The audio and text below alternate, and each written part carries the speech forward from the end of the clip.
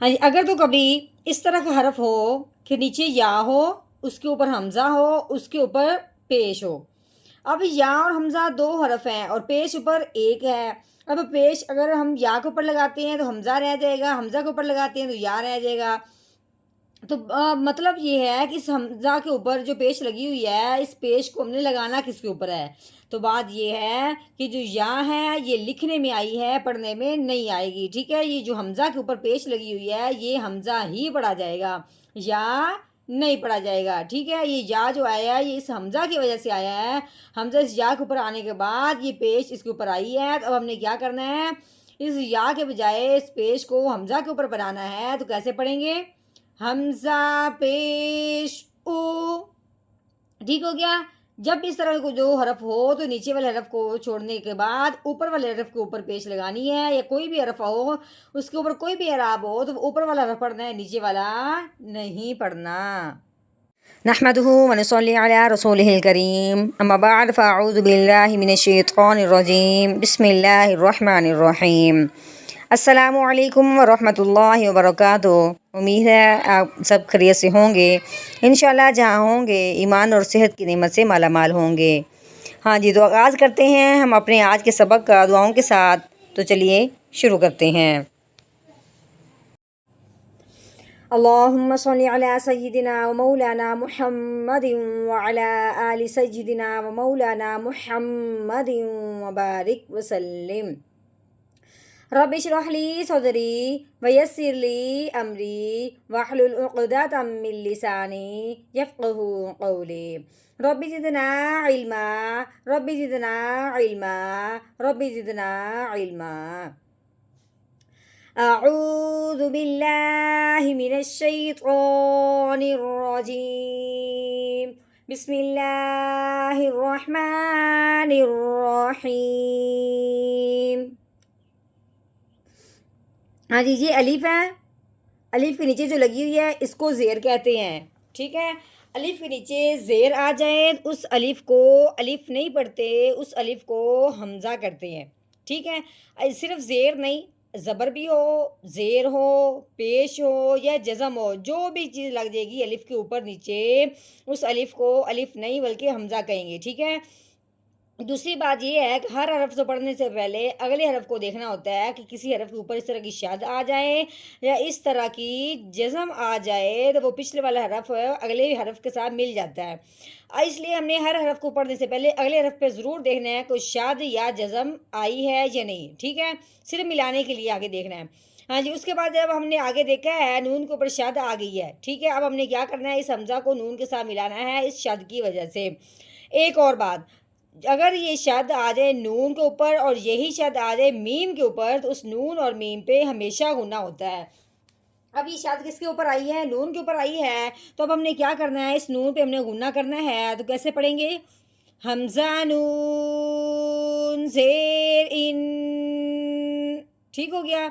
इन, ये तो हमने हमजा को नून के साथ मिलाया। फिर जो आगे हमने किया ना ये हमने गुना किया है। आगे ये नून है, नून के ऊपर क्या लगी हुई है? ज़बर लगी हुई है। तो कैसे पढ़ेंगे? नून ज़बर ना, इन्ना। हाँ जी, आगे ये हा के ऊपर क्या लगी हुई? उल्टा पेश लगा हुआ है, ठीक है? ये उल्टा पेश होता है जिस हरफ के ऊपर आ जाए उस हरफ को एक अलिफ के बराबर लंबा करते हैं। तो कैसे पढ़ेंगे? हा उल्टा पेश हु, इन्नहु। हाँ जी, जिस हरफ के ऊपर ये उल्टा पेश होगा उसी हरफ की हमने आवाज़ निकालनी है, ठीक है? आगे ये हाँ है, हाँ के ऊपर क्या लगी हुई? पेश लगी हुई है। हाँ कौन सा? 2 अंकों वाली है, इसको हमने मोटी हाँ कहना है, हलक की गहराई से निकलनी है। तो कैसे पढ़ना है? हा पेश हु। हाँ जी, आगे ये वाव है, वाव के ऊपर क्या लगी हुई? ज़बर लगी हुई है। तो कैसे पढ़ेंगे? वाव ज़बर वा, हुआ। हाँ जी, आगे ये या है, या के ऊपर क्या लगी हुई? पेश लगी हुई है। आगे ये बा के ऊपर लगी हुई है जज़म, तो ये हो गया बा साकिन, ठीक हो गया?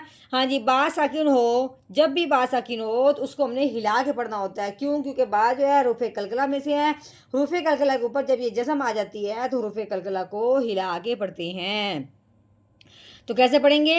या बा पेश यूब, یہ ہم نے کیا کر دیا؟ ہلا دیا. یوب. آگے یہ دال، دال کے نیچے کیا لگی ہوئی؟ زیر لگی ہوئی ہے. دال زیر دی. یوب دی. آگے یہ حمزہ ہے، حمزہ کے اوپر کیا لگی ہوئی؟ پیش لگی ہوئی ہے. ٹھیک ہے. ہاں جی. اگر کسی طرح جب بھی آپ کو اس طرح نظر آئے کہ یہ یا ہے، اس کے اوپر حمزہ لگی ہوئی ہے، اس کے اوپر کوئی زبر زیر پیش ہو، تو ان دونوں میں سے کس کے ساتھ ملائیں گے؟ تو ہم نے حمزہ کے اوپر دیکھنا ہے کہ حمزہ کے اوپر جو پیش لگی ہوئی اس کو ہم نے پڑھنا ہے. یا لکھنے میں آئی ہے، پڑھنے میں نہیں آئے گی. تو کیسے پڑھیں گے؟ حمزہ پیش او، یوب دی او. ٹھیک ہو گیا.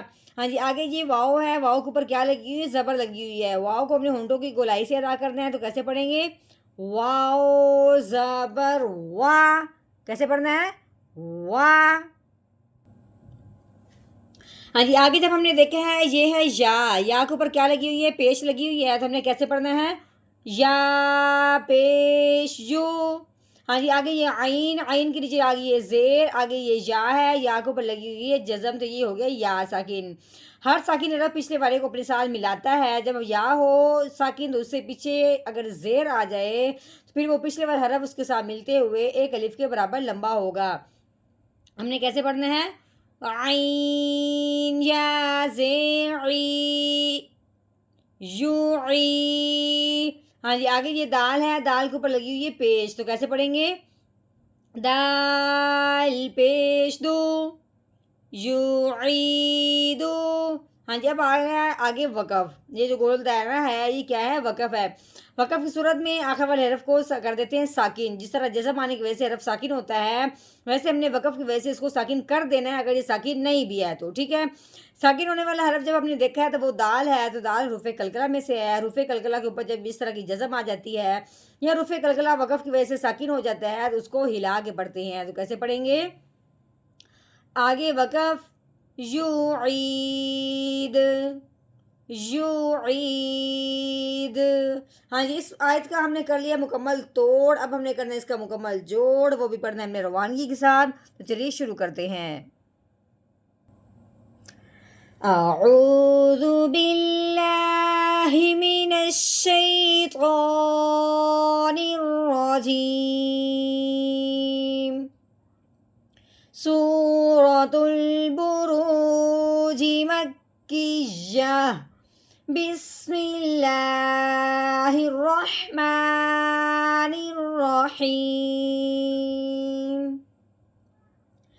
انہو هو یبدئ ویعید. انہو هو یبدئ ویعید.